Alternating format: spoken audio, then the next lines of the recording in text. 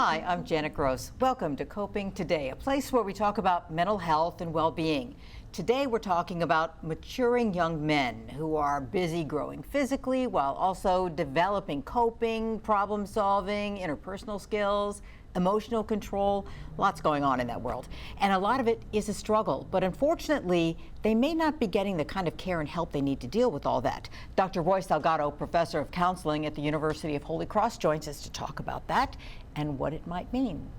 Hello, Dr. Roy. Hello, it's great to be here. I'm wondering what we're talking about here as far as what kind of help. Is it help that's not offered, help that's not found?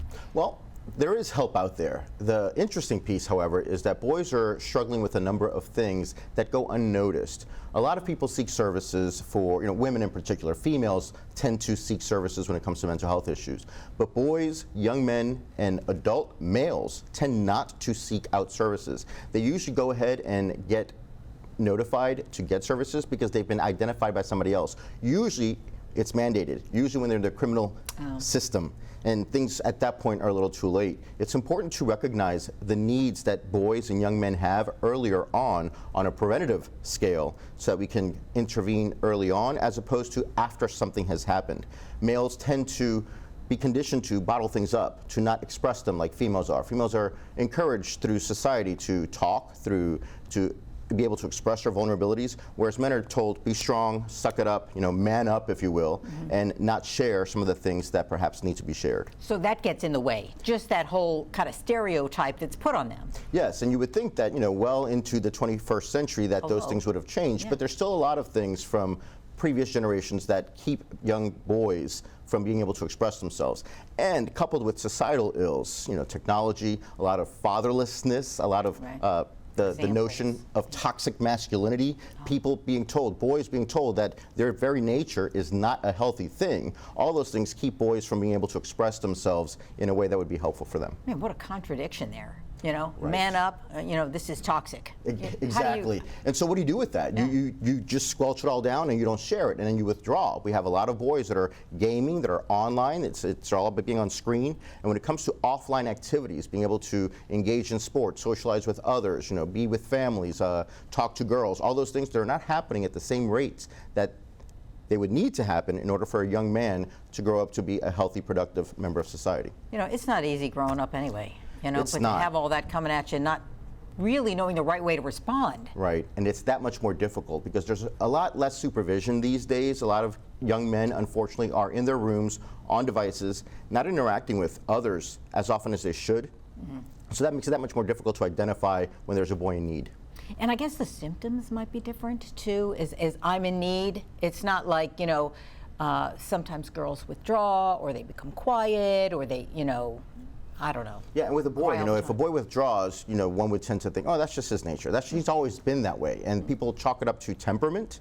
For some, it might be temperamental because we do have people who are introverts and not so outwardly expressive, but not everyone is that way. Most people are extroverted. When you look at the introvert-extrovert scales, we have about 70% of the population that tends to be extroverted in temperament. About 30% tends to be more introverted in terms of temperament.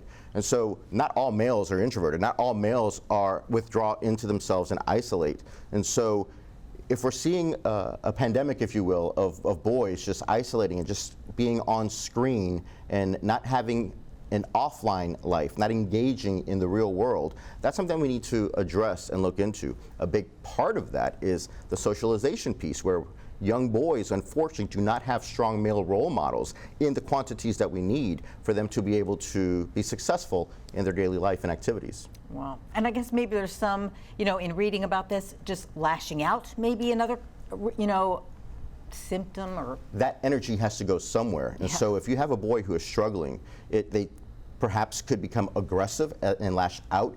Girls tend to aggress inwardly. Girls self-harm when they're in pain, if you will. Boys externalize their pain towards others, towards society. And so if we want our society to, be in a better state, we need to address the mental health needs of boys because we all experience the backlash when we don't do that. Okay. All right, when we come back, we're going to talk boys to men with a professional counselor at Holy Cross School. Stay with us.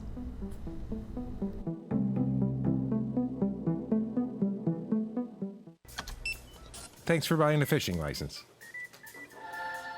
I want you to picture all of the great things this simple purchase does, like building public boat ramps, keeping local waters clean, and maintaining a healthy fish population. When you buy a fishing license, you do a lot. Every dollar protects and maintains your local waterways for future generations to enjoy. Learn more at takemefishing.org/Louisiana.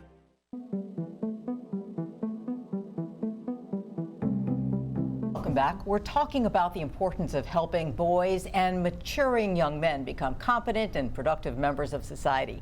And we welcome Dr. Matthew Wegman, counselor at Holy Cross High School, to the discussion. And thank you for joining us, Dr. Wegman. And it's my pleasure. What do you see as some of the biggest issues facing boys today? Well, I think the most pervasive issue that all young people are going through, and boys especially as well, is the idea of identity formation and trying to figure out who I am in this world. And they're looking at the developmental age they're at for outside influences for that. They're still trying to figure that out on their own, so they look for outside influences. As a result of that, they're trying to see what other people are saying. What does it mean to be a boy? What does it mean to be a man? What does it mean to grow up? And with the plethora of influences they have between social media, the news media, print media, video games, they can be understandably confused about that. And they're tough to figure out, where do I fit within this scheme? How do I define myself as a man, as a growing young person in this world?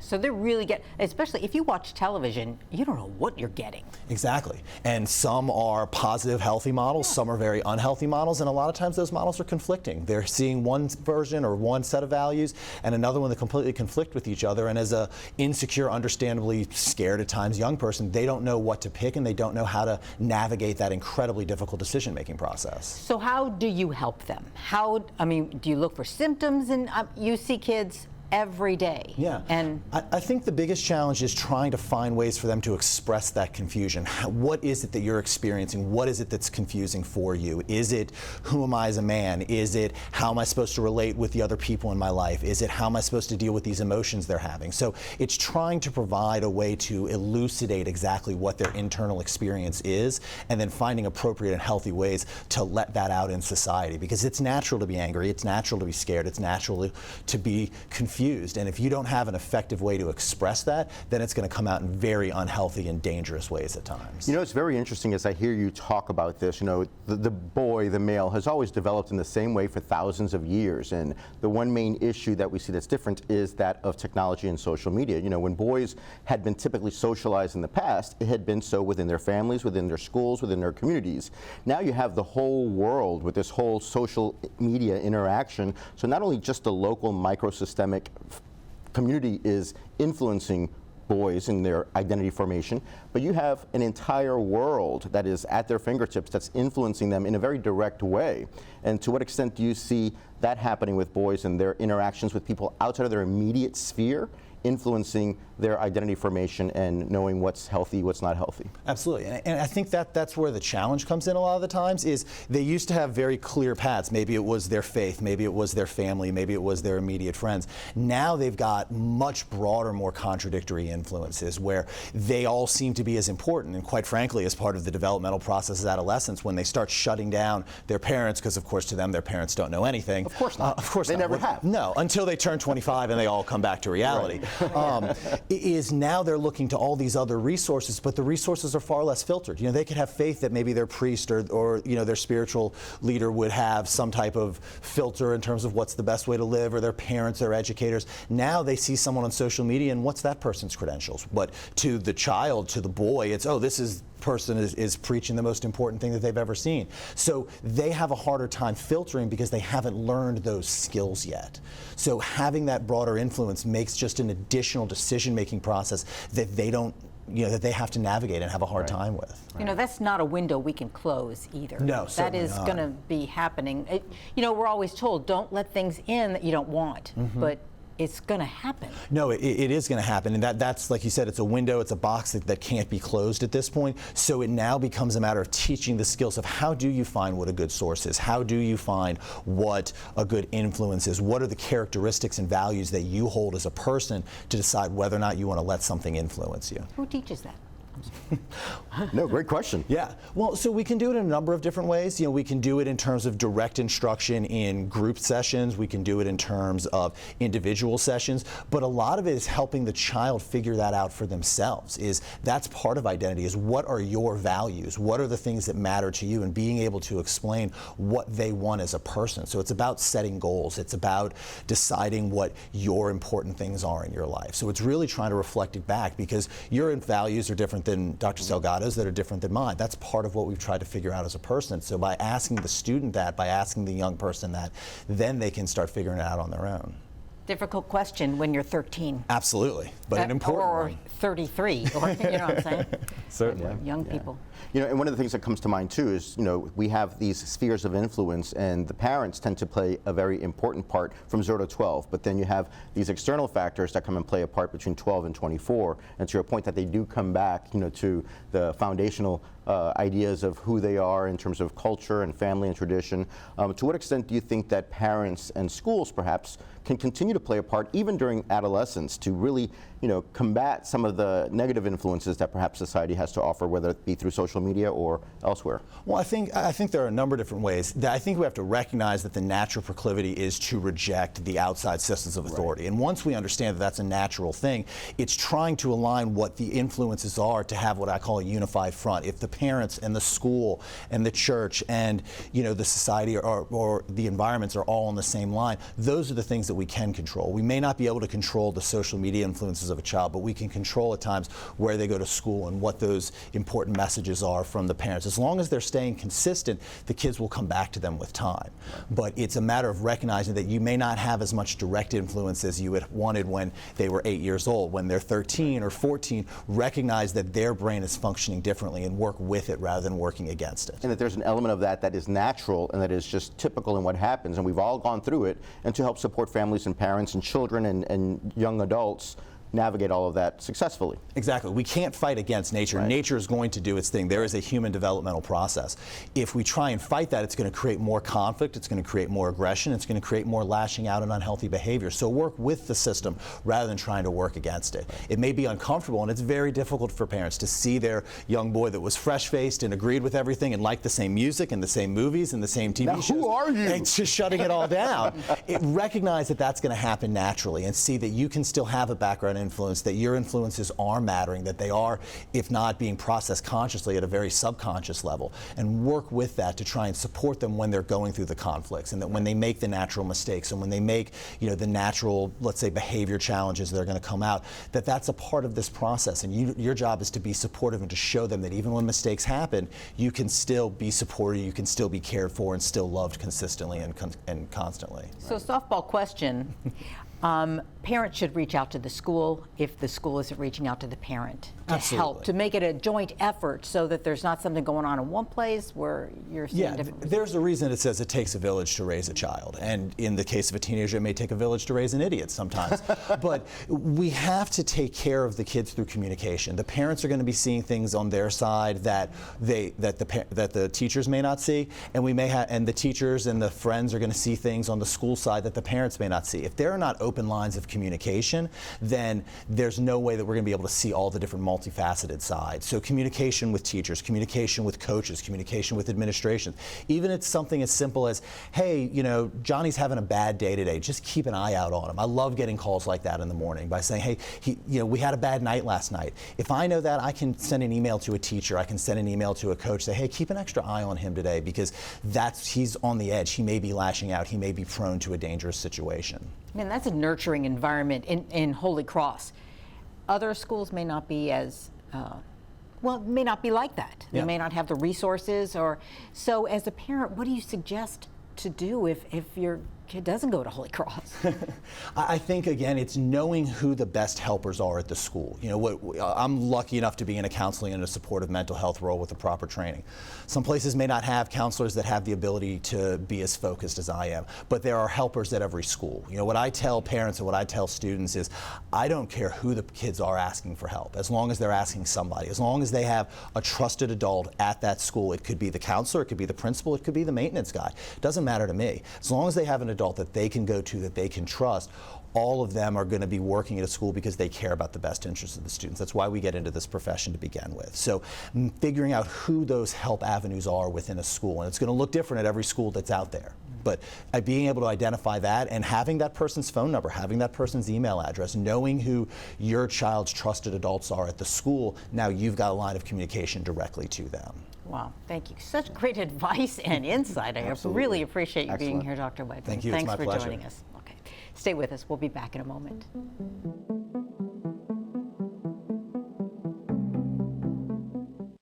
Louisiana needs a hero. Someone to look after it, preserve it. We have to do something now. If everybody took care of their spot, we wouldn't have this conversation. We all have to do our part. The power is yours. All you have to do is pick it up. Care about it. Protect it. Save it. Be an everyday hero. Keep Louisiana beautiful.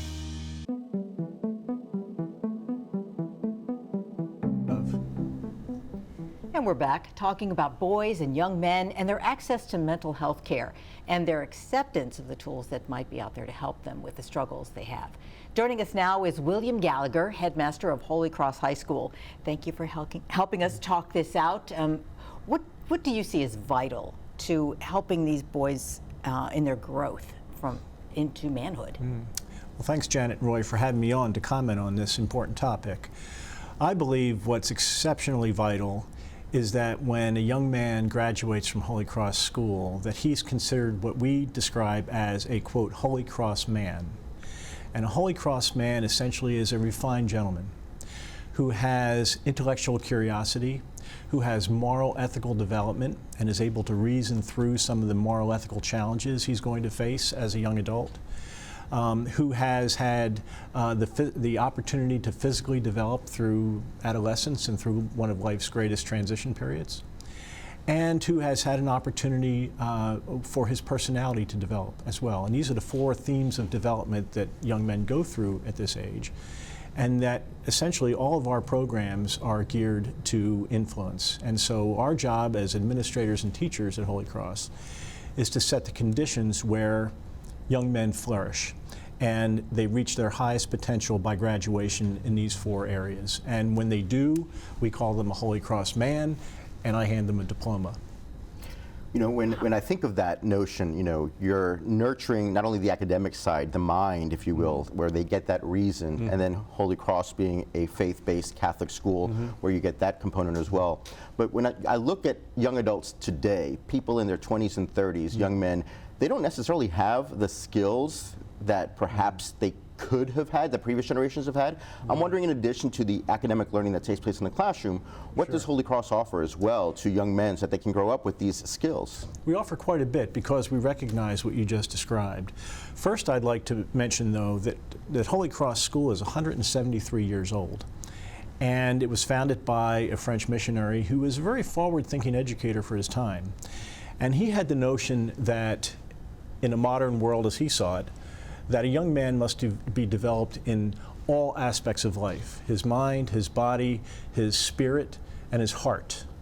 And so that was as the founder of Holy Cross School, and also he's the same person that founded the University of Notre Dame, I would add. As the founder of Holy Cross School in those days, he saw that as so important. And so over the decades and the centuries that Holy Cross has been an important part of this city.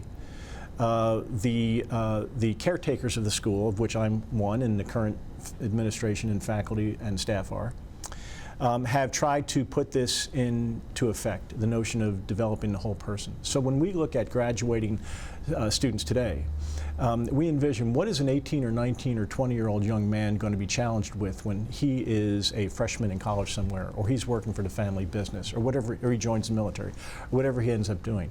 And so there are life skills that we feel that they must have that they don't necessarily get in the physics classroom or the chemistry classroom. So we've added a course this year, which is extremely popular among students and parents, called Essential Skills for the Holy Cross Man. And it includes topics such as resume writing and job interviewing skills, such as basic auto maintenance, first aid, basic cooking skills, personal finance. And it's the things that we envision that young man being off in college or off on his own, essentially, and what are the skills he needs, and they love it. So we're piloting this course this semester, the fall, with 25 seniors. We're going to expand that next semester based on their feedback that we get.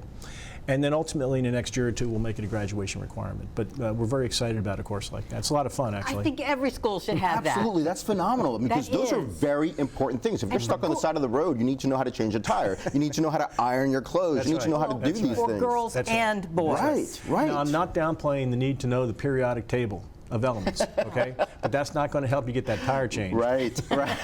Those are essential skills. You're absolutely right. That is phenomenal. I so appreciate hearing that, because those are things that have been lost in our world. We don't know how to do certain things that previous generations seem to have been acquired or taught somehow by their parents, by their neighbors, whomever. But the fact that Holy Cross is incorporating that into part of the experience is great. It falls into, I think, a larger philosophy of education that is unique to the congregation of Holy Cross. And it has to do with what I mentioned about developing the whole person. But also it has to do with seeing the campus as one big practice field for adult life. And so everything that occurs on that campus should be in some way preparing them for that next stage of life. And so as administrators, philosophically, we feel that it's important to put as many choices in front of our students, age appropriate, every single day, so that they have a choice to think through doing the harder right or the easier wrong. And those choices are normally mundane choices, but the easier wrong is often the more fun choice. It's the easier choice. It's less stressful. It's more convenient. Whereas the harder choice, the right choice, is the one that takes work. It might be inconvenient or unpleasant, but will get you to a higher goal that you're trying to achieve. And so throughout a day at Holy Cross School on the campus, young men are faced with choices of, do I wear the dress code correctly or not? There's a harder right and an easier wrong there. Am I on time for class or not? Do I have to hustle and run to be on time for class, or can I lollygag around and be late for class because it doesn't matter? No, there's a harder right and an easier wrong. And so when they have multiple choices like this each day, and then you multiply that by days in a week, months in a year, and at Holy Cross we go from pre-K through 12, so a number of years in a system like that where there are consequences for actions, then I think it becomes a given that when a young man graduates from a system like that, his integrity and character is going to be strong. Because it's like building a muscle. When you build a muscle, you go to the gym and you stress your muscle and it gets stronger. Character and integrity, we think, are very similar in that the more they have those choices to make, the more they're building up their firewall against temptation of the real world out here, so that when they graduate and face truly difficult decisions beyond just dress code and being on time for class, they have developed techniques to fend off the temptation and do the harder right.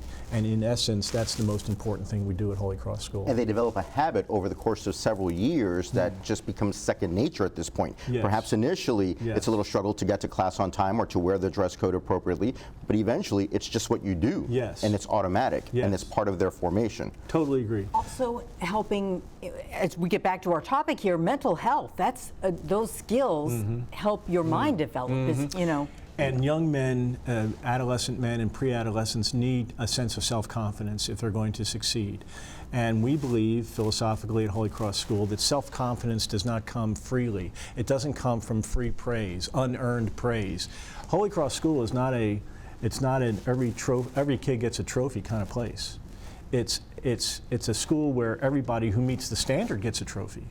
But confidence is born from achievement, and that's what we feel very strongly about, that when they achieve, they succeed, they are praised for that, it's reinforced, and over time their confidence builds and their ability to get tough things done.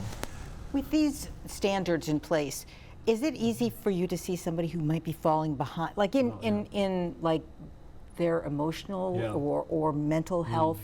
Sure. And when I go back to, again, the founder of Holy Cross in 1849, and one of his dictums was that we meet young men where they are in life, and we bring them along, such that at graduation they are Holy Cross men.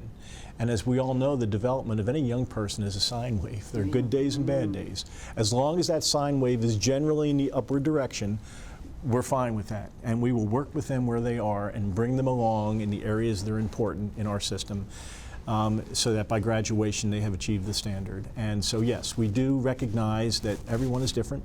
We recognize that everyone has different challenges and family backgrounds and home lives to deal with and so on. Yes, of course. And but our goal is to get them all to that standard by graduation. And the values and the culture of Holy Cross School it's really very straightforward. There's nothing secret about it at all. There's no surprise there. It's a Christian Catholic-based organization that focuses on developing the whole person, meeting that child where he is in life. And so we're an all boys, pre-K through 12, disciplined, structured, motivating campus of 25 acres that was built after Katrina, and the resilience that Holy Cross School showed in the wake of that disaster is a microcosm of the resilience that the city has shown after that disaster. And so when they step onto that campus, they're surrounded with success, they're surrounded with determination and resilience. It's visible all around them. And an hour doesn't go by where they are not recalled to their faith. That sounds like a standard, you know. And I know a lot of kids don't get that, and a lot of kids do fall through the cracks when people don't pay attention or don't put that emphasis on character and choice making. So I appreciate you being here and helping us through the conversation. Thank you, Janet. Thank you, Roy. It's my pleasure. Thank you. Okay. Thank you. And before we go, Roy, any tips that Yes, well, it's very important as we talk about boys and becoming men. It's important for men to be present in the lives of boys and to set firm limits. Boys and children in general need firm limits. And it's important to say that it's okay to be male and affirm masculinity, that there are certain things that we just need to promote and say that it's a good thing. And just promote competence, just that notion of being on time and wearing a dress code.